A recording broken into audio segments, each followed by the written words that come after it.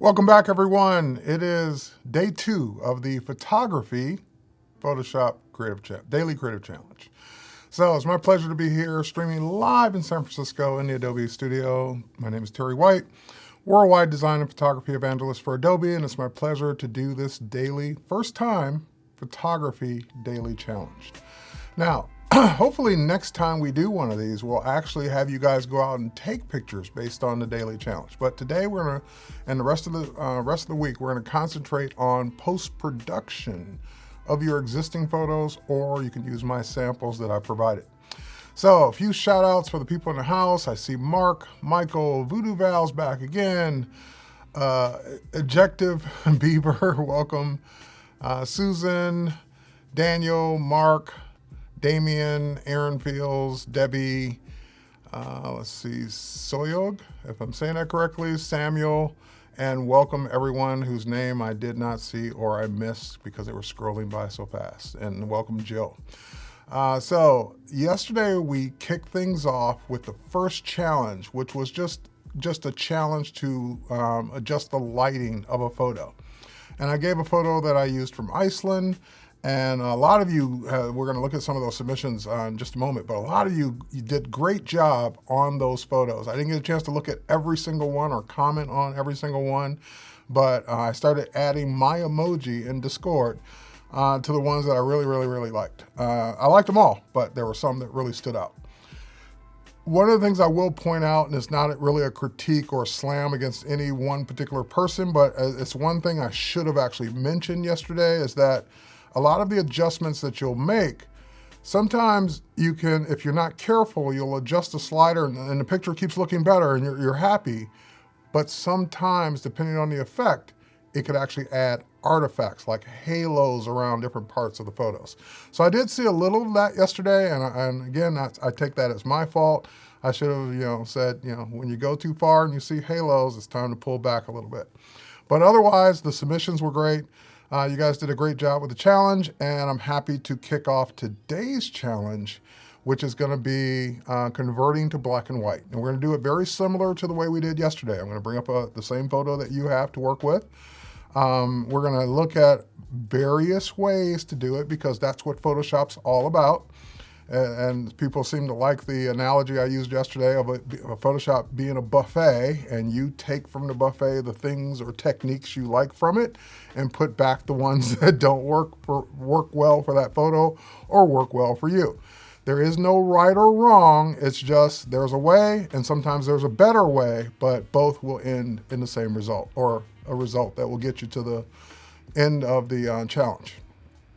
All right, so with that said, let's pop over to the website. For those of you who are new, who haven't done this yet, head over to behance.net/daily creative challenge/photo. That's the big thing. Add photo to the end of it. And you'll see the ability to click the blue button to register so that you get notified when the challenges are happening. And you'll see the challenges unlocked each day at 8 a.m. Pacific time. So yesterday was about lighting, today is about black and white photo. You can get the template, which is actually the photo itself. And of course, you can watch today's video or yesterday's video if you want to continue, if you missed yesterday and you want to continue working with the challenges. And of course, we'll unlock them each day all the way to Friday the 24th. And then we will wrap things up. That Sunday, I believe, is the last day for submissions. All right, let's head over to Discord for a couple seconds here before I get to the challenge. I just want to show some of the stuff that you guys have started submitting. So I see a black and white. That looks pretty cool right there. As a matter of fact, I'm going to go ahead and add my emoji to that photo. So great submission so far. That's from yesterday. And again, great job on the color. So, and the halo I was talking about, I'm not seeing it in this photo really that much, but you'll see it around the rocks. So if you see a white edge around the rocks, probably means you pushed the slider too far. So just be on the lookout for halos around buildings or structures or anything when you're using the Camera Raw sliders. All right, great job on color, great job on black and white. You guys are rocking it, you're doing fantastic. And I love the fact that you're not only using the photo I gave you, but you're showing me some of your own examples. Beautiful job on the lighting here. Just improving the color overall, great job. Great job here. Great job. Just, again, nothing wrong with any of this. Fantastic black and white. Good black and white from today's photo. I'm a little dark on the shadows there, but again, black and white is really a creative taste. It's really up to you to decide how you want it to look. All right, and again, taking color images and converting them to black and white. The one thing I would recommend on this photo, good job on the black and white conversion. We're going to talk about this in a future challenge before this week is out or next week. And that is, once you've done this is great, make sure your horizon is straight. So this looks like the photo is like leaning to the right just a little.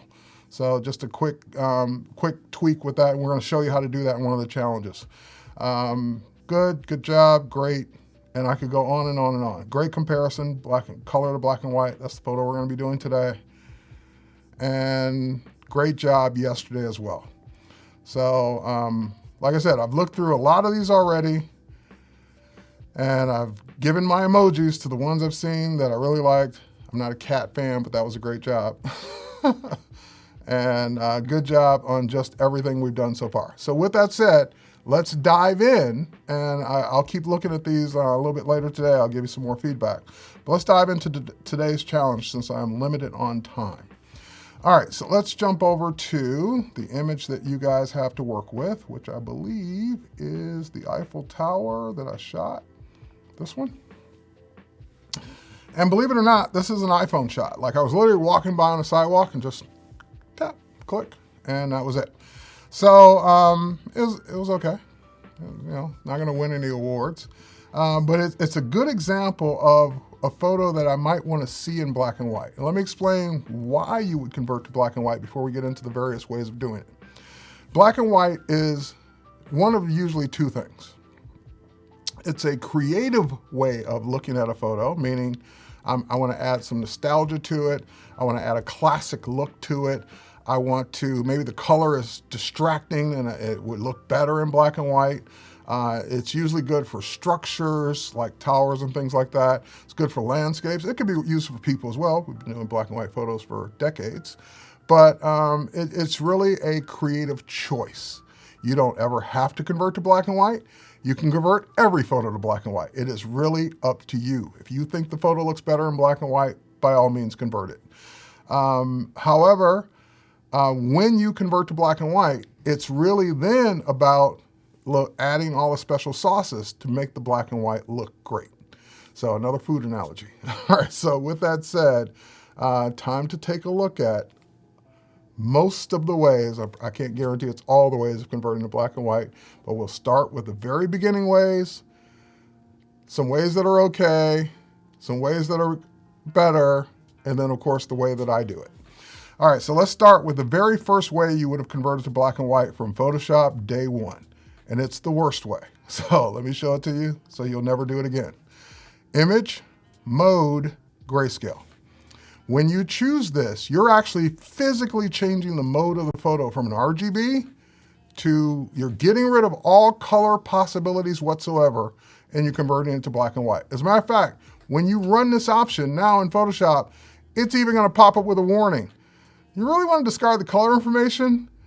Maybe you want to use, to control the conversion, use an adjustment layer called black and white. Like it's even telling you, don't do this anymore. But we're gonna say, no, discard the color. And the reason why this is not the best way, this is like one of the worst ways to do it, is because you get no control over it. It is Photoshop deciding what the black and white should look like, taking the color away, taking away all your options. And now if you want to improve it, you got to go through any hoops to figure out how to make it better. You just get no control over switching to grayscale. So I can't think of a reason why you do that today. Like before, grayscale was a format that was required for certain uploads or things. I really can't think of a reason why you would use this anymore. So let's not do it that way. All right, the second way that we probably won't do, because it's almost just as bad. Desaturate. Image adjustments, desaturate. It's the same thing, except it doesn't change the mode. So it's still an RGB photo. Now, why is that? Why that distinction? Why is that important? Because this means that this photo can still have color. All we simply did was take a RGB color photo, red, green, and blue, and take the color out of it, but it's still RGB, so I can add color back into it. So if I were trying to like paint in color where I wanted it, maybe on the trees below, then leaving it in RGB allows me to do that. When it's converted to grayscale, you're done. You can't add any color back in. But still, the black and white conversion, if that's what you're aiming for, second worst possible way to do it, simply because I have no controls. All right, let's undo that. Next, and let me see if I got another way under here. This is going to be one that is unexpected. This is going to be one that you're going to be like, what? Why would I never even knew you could do it that way. And it's an adjustment using gradient map. Now this one is kind of cool because it does give you some adjustment capabilities. Not the way I would do it today, but it's better than the first two ways. But before you choose this, you have to do one thing. You have to make sure your default color is black. Your default foreground color is black. So the way to do that, let's say my default color was any other color. The way to make your default color, and I'm talking about the color right here on the color swatches, the way to make that color black is simply hit the letter D on your keyboard, D for default. That will switch no matter what it is, because it might look black, but it's really gray. It will just make it black by hitting the letter D. Now that you've done that, the next thing you're going to do is go up to Image, Adjustments, and you're going to come down to Gradient Map, and watch what happens. It's going to bring up a dialog box, and it's going to make a black and white. But it's going to make a black and white with control. And what I mean by control is you have the ability, first of all, even if I don't do anything, it made a better black and white than grayscale or desaturate. So it made some adjustments that are just simply better. Here's what I get to do with it now that it's made those adjustments. I can click and I can bring up the gradient editor. Now this is the same gradient editor that you would use for any gradients in Photoshop. But what you get here is the ability to adjust the black point. So I can adjust how dark the shadows will be. I can adjust the highlights. So I can adjust that and make it that way and blow out the clouds. Really not what I want. But more importantly, I can go in, let's select this one again, and I can go in. So I selected that first one again and make sure the color was back to black. And I can add a stop in between just by clicking. Now, why would I do that? Because that just made it worse. Because now I can adjust that stop. Not that way, this way. There we go. And I can adjust these little 2 points of the range for that stop. And sorry, I didn't mean to add a new one. I can go in and just simply make adjustments to my black and white. Now this again is kind of a off the wall kind of way to do it. And there are better ways to do it today. But this week is showing you your options, showing you the buffet. You take and choose from it what you want. All right. So, would I do it this way today? No, but it's a creative way that lets you adjust how you want the black and white to look. All right, let's cancel that. Cancel that. Now we're going to take Photoshop's recommendation. We're going to use adjustment layers. Now we have a whole challenge on layering and compositing and all of that coming up. And I almost feel like I'm jumping the gun sometimes with day one and day two because I'm showing you things that we're really going to spend more time on later. But I have to show you because it's the way you would do it today. So you have an adjustments panel. And by the way, to make sure you're on the I'm not on that workspace. Let's go to the photography workspace. There we go. And in the photography workspace, you will see the adjustments panel. So in the adjustments panel, you've got all of the non-destructive adjustment layers that you can add to your photo. And one of those is black and white. So what's the difference? Every way we did it prior to what we're about to do now is really destructive. So if I wanted to make sure I could get back, I would have to duplicate my layer or save a copy or whatever. But adjustment layers are non-destructive. That means that when someone says non-destructive, you can either undo it, meaning get rid of it, or change it. If you don't like the way it looks, you can change it tomorrow. Destructive usually means you've done something to the photo that's permanent. Once you save it and close out, if you come back, all those adjustment capabilities are gone and you'd have to either start over again or start from the adjusted photo. So I know people tend to make a big deal about non-destructive because they always want that safety net to come back. And I would say it really depends on you and your client if you're not the client. So if you have a client or you are always changing your mind, then you want to look towards non-destructive workflows. If you're the boss and you say, no, I get it right the first time and I don't make mistakes, then have at destructive workflows. It is really up to you. And I'm making a joke because no one's perfect. So it really depends on your taste. All right, so let's go in, and now the black and white one looks literally black and white. It's a square with a black side and a white side. So when I click that, it makes the photo black and white, but it remembers that the photo really has color in it. And that's the best part about this, is because not only did it make it black and white, but I can use all of those sliders to adjust the original colors in the photo to make the black and white better.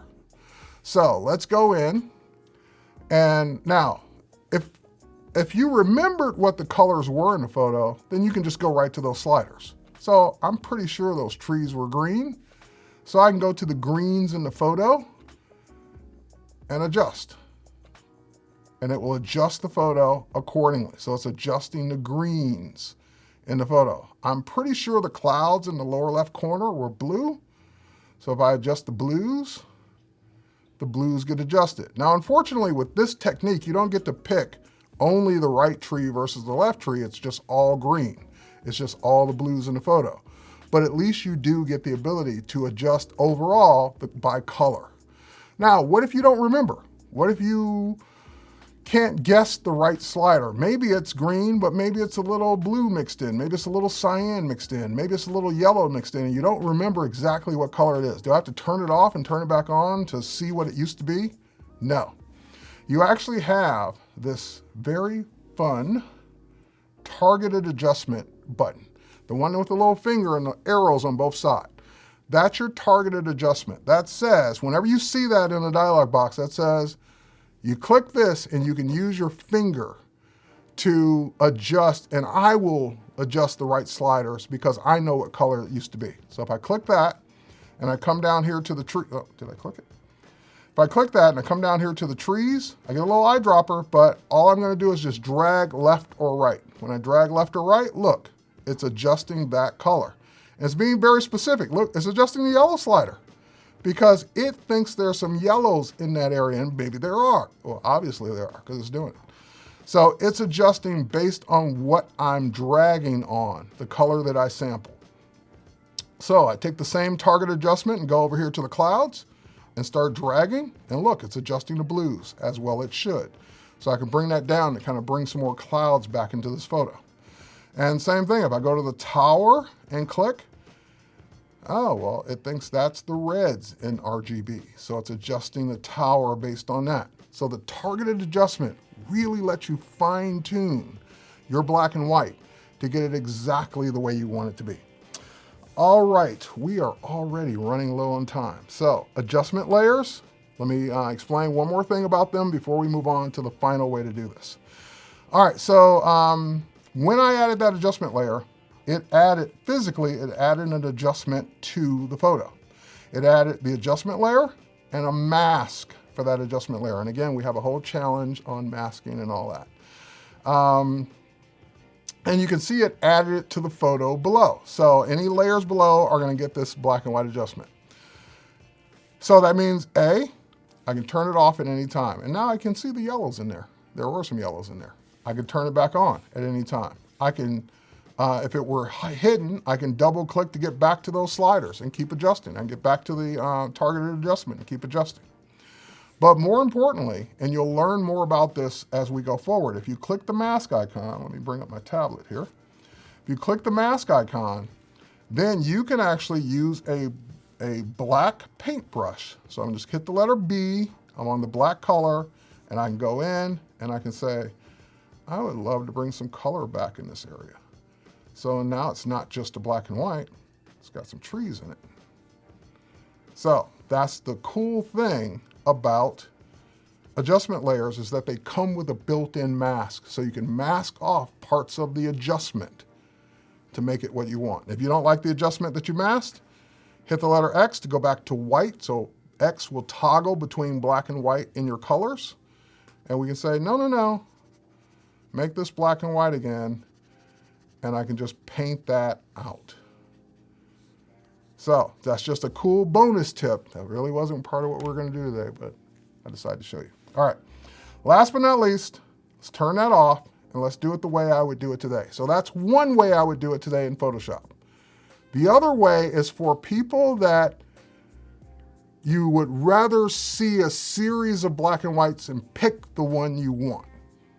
Because you don't know what sliders to drag. You don't know what it looks good, but you'll know what looks good when you see it. So if we go back to the original photo, again, we can make it non-destructive by going to Filter, Convert for Smart Filters. And we're going to use the photographer's secret weapon once we do that. And that is, we used it yesterday, you guessed it, Filter, Camera Raw Filter. When we bring up the Camera Raw Filter, the reason why I like this for black and white conversions especially is A, I'm not limited to just black and white. I can adjust all the other things that are wrong in the photo too.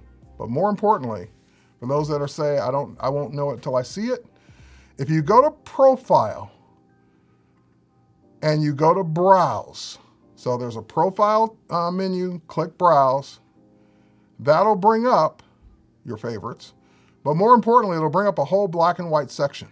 And you just hover over the various black and white conversions until you see the one you like best. So if you're kind of that, I won't know till I see it. And I think earlier I kind of like the orange filter or the green filter best. They're very close, very similar, but you can go and pick the one you want. Now, once you pick the one you want, based on your taste, there's no right or wrong. I can't decide. All right, I'm gonna pick this one. Then you even have an amount slider. So you can say less of that filter or more of that filter to even tweak it a little bit more. So it's totally up to you. So if I say more of that filter, then I'm gonna go up and close it.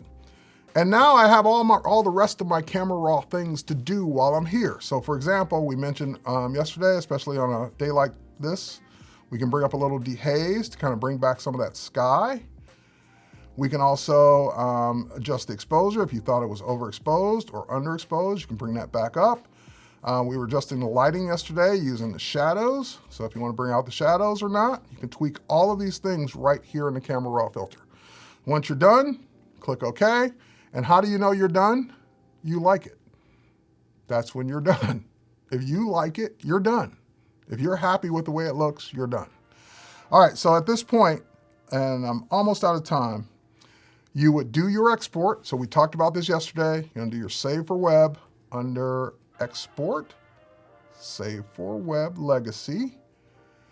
And we're gonna bring it down to the longest edge of being 1080, because that's just a good size for the web. We're gonna choose the file format of JPEG high quality, and then we'll save it.